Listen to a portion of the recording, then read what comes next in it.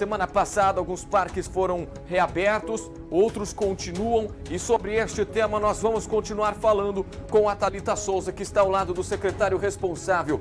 Thalita, ótima tarde para você. Desejo ótima tarde também ao secretário. Boa tarde para você, Júlio, e a todos que nos acompanham. Exatamente, né? Campinas conta então com 25 parques públicos, 9 foram reabertos no último fim de semana, portanto 16 ainda permanecem fechados. E para esclarecer para o público de casa, né, as razões e também as previsões então de reabertura, estou aqui acompanhada então do secretário de Serviços Públicos, Ernesto Paulela. Ernesto, obrigada, secretário, pela participação. A gente começa então falando do fechamento desses parques, né? 16 permanecem fechados, incluindo o Parque Taquaral e também o Bosque do Jequitibás. Até o momento, qual é a previsão e o que vem sendo feito para essa possível reabertura desses parques aqui de Campinas? Boa tarde mais uma vez. Boa tarde, prazer falar com vocês da Rede Vida. Bem, esses 16 parques ainda não têm previsão de reabertura. Por quê? Porque a equipe técnica da Secretaria está fazendo estudos de avaliações de riscos de queda de árvores.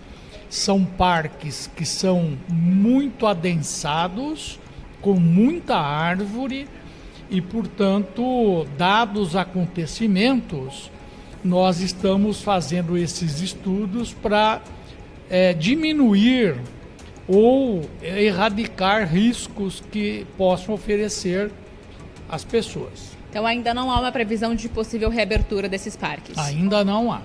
Tá.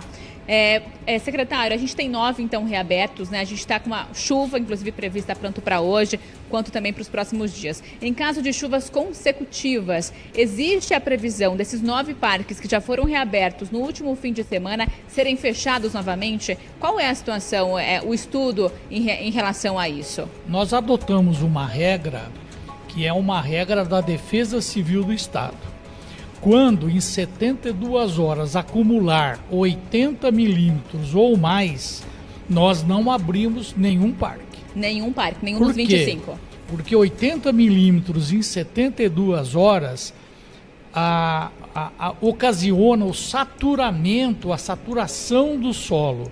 Ele fica extremamente encharcado e com o peso das árvores mais corrente de vento, pode ocorrer um acidente.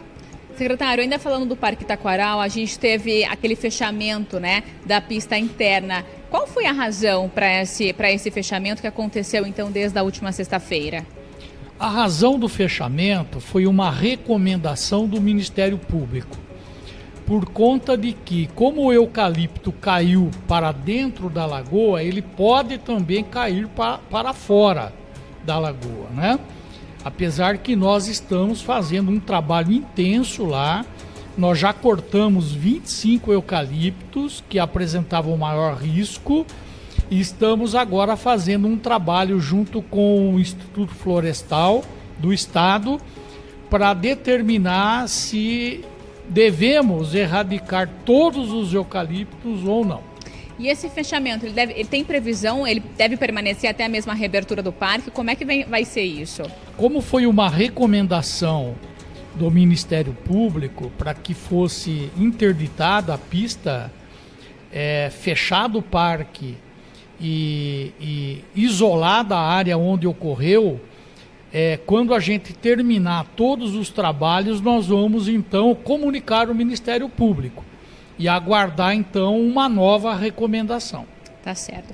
Saindo então dos parques, a gente volta para as vias, né? A gente teve na última semana, no início da semana, né, a poda, o corte, né, de 27 árvores ali entre a Abolição e a Glicério, né? E fala pra gente então, secretário, por favor, qual foi a razão da queda, né, ou melhor dizendo, do corte ali dessas 27 árvores que estavam ali nessa região, nesse canteiro central, né, ali entre as duas avenidas?